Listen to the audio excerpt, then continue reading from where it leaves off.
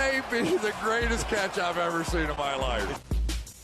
Alright guys, I had no idea how many of y'all were not in our fantasy group chat. I kind of assumed that the majority of y'all who watched these videos were already in that group chat, but yeah, I guess I have to continue talking about it in the videos because we've had so many more people join as of late. If y'all don't know what I'm talking about, we've had the longest running free fantasy group chat on YouTube, I think going over a year now. And yeah, 4,000 people on there. Go down there to the comment section, go to the description of the video, completely free. Don't need an email, don't need a credit card, don't need anything. Click the link. We have fantasy basketball, we have fantasy football, we have dynasty fantasy football, pretty much anything that you'd want to talk about there, you can. And also guys, I want to remind everyone, later on this week, starting today, tomorrow, as well as the next day, I'm going to be making videos where I put a screenshot of your roster on the screen. I set your starting lineup for you because I'm not going to be able to live stream as much this week as I've been able to in the past. So please make sure y'all go follow us on Instagram, on Twitter. Be on the lookout for whenever I tell y'all to send me those screenshots because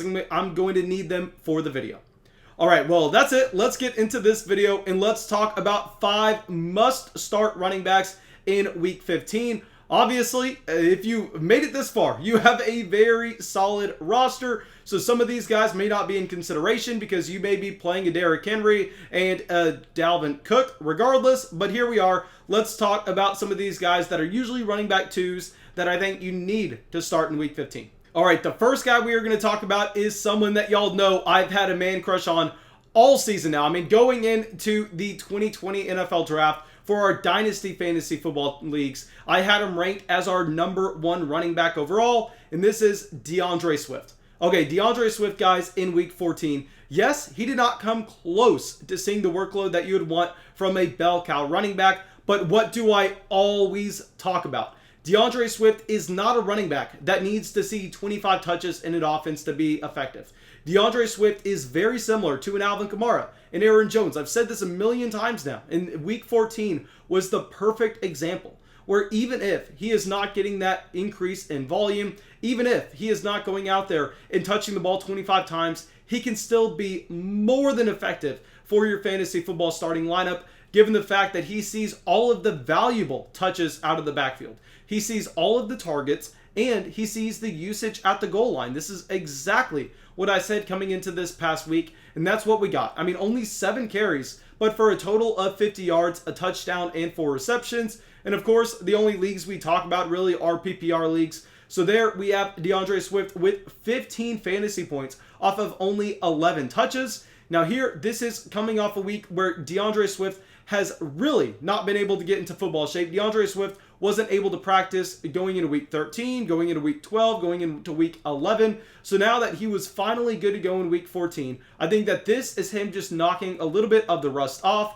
Going into Week 15, he should be 100%. He should be seeing more touches in this offense. And if he bumps that carries number up to just say 12 or 13, I think that what he was able to provide for us in Week 14 is more of a floor than anything. And also, he has an extremely nice matchup against the Tennessee Titans, one of the worst run defenses in the entire NFL. All right, so now our next running back, someone that made our running back must-start list this past week and the week before that, Jonathan Taylor. Okay, guys, Jonathan Taylor, y'all know the reason he made our must-start list 2 weeks ago was because the fantastic matchup he had against the Houston Texans, and he really balled out then. The past week, he had 20 carries, over 150 total yards, 2 receptions, and 2 touchdowns. Right now, Jonathan Taylor looks like a league-winning running back. I really don't feel the need to talk about his talent coming out of Wisconsin yet again, just because I've spent so much time telling y'all that he had 3 straight 2,000-yard seasons. He's one of the most athletic running backs in the entire NFL. He has prototypical size, and now he is receiving those targets out of the backfield. Our only question of him coming into the NFL. So now that he has a very soft run defense going up against the Houston Texans, a team that just made David Montgomery look like a good starting NFL running back, here, I think that we're going to see Jonathan Taylor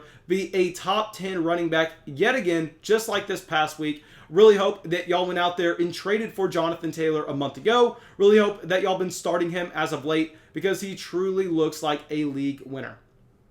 All right, So now our next running back is actually going to be 2 running backs, and this is going to be Ronald Jones or Leonard Fournette. Okay, I know that's confusing, but here Ronald Jones just had surgery on his pinky finger. We don't know if he's going to be good to go in week 15. He has not been ruled out. Honestly, I'm expecting Ronald Jones to play. Now, obviously, I'm not the team doctor. I have not seen Ronald Jones x-rays, so I, or no longer than anybody else, can go out here and speak on the situation other than what the coaching staff tells us. But here, the coaching staff still is yet to rule him out for week 15. He's coming off a performance where he saw almost 20 total touches. And I think really the running back position for the Tampa Bay Buccaneers is the only position that we can rely on for consistent value, because if you look at the raw total output from the running backs out of this backfield so far this season, it has been fantastic. Earlier in the year, it was a little bit more volatile because we saw this as a split backfield between Ronald Jones and Leonard Fournette. But this past week, Leonard Fournette was a healthy scratch,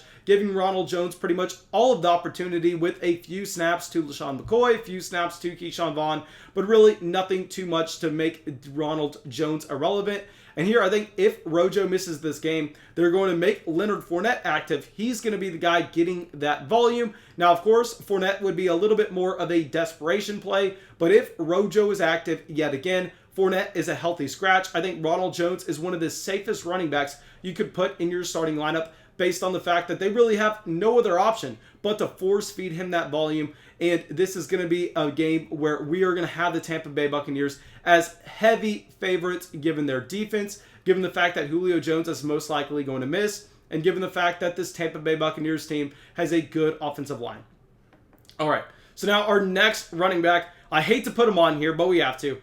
Mike Davis. Okay, the reason I hate to put him on here is because I wish we were getting Christian McCaffrey back. But guys, like I told y'all way back in week 12, once we saw the Carolina Panthers lose their week 12 matchup, I said, I really don't understand why the front office would bring CMC back. I mean, Christian McCaffrey at this point is signed long-term for Carolina. On top of that, he is dealing with multiple injuries, not just the quad. So what's the incentive to come back to a team that has no Super Bowl aspirations? Personally, if I'm Christian McCaffrey, I'm staying at home. This is what I've been saying for the past 3 weeks now. We know that Christian McCaffrey is a man while I am a small boy. We know Christian McCaffrey is a savage while I'm a little delicate feather. So yeah, I mean, clearly we can't use that one-for-one comparison here, but it looks like Christian McCaffrey is trending towards being shut down for the rest of the season, and that is going to make Mike Davis a consistent play for us, especially given the matchup that he is going to have against the Green Bay Packers. We've seen time and time again, the Green Bay Packers give up so much production to the opposing team's running back. We just saw this with DeAndre Swift this past week,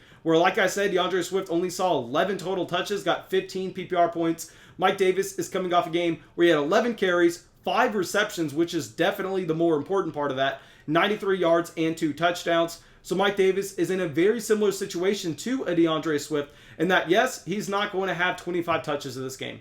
Yes, he's not going to be a workhorse running back, but what he is going to do is he's going to get the valuable touches in the offense. He's going to get those targets. He is going to get the usage at the goal line, and that's going to make Mike Davis a viable play against a very bad run defense. Okay, so now our next running back is someone that, yes, I am telling you to start. I don't want to say he's a must-start guy, though. I think that really we're going to be using him as a depth low-end running back, too, but this is going to be J.K. Dobbins. Okay, guys, I know the J.K. Dobbins stat line does not look that good from this past week against the Cleveland Browns. 13 carries, about 50 yards, and a touchdown.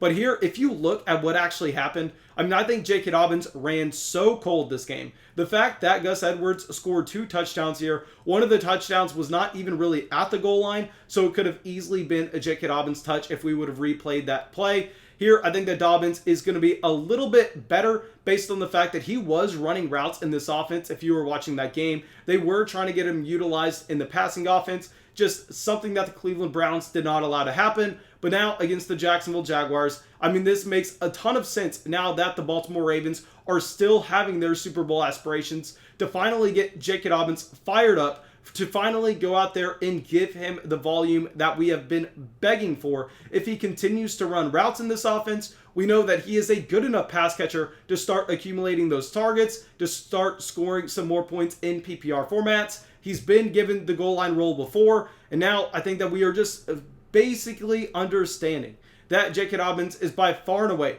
the most talented running back in that backfield. I mean, yes, Gus Edwards had a great day yesterday, but at the end of the day, most of that production was based on what Lamar Jackson allowed by freezing the opposing linebackers. Here with J.K. Dobbins, I think he is still the most talented running back in that backfield. I think they're going to continue to try to expand his role in the offense. If he begins to see a little bit more targets with those routes run in a great matchup against the Jacksonville Jaguars, I think that J.K. Dobbins could be a running back too.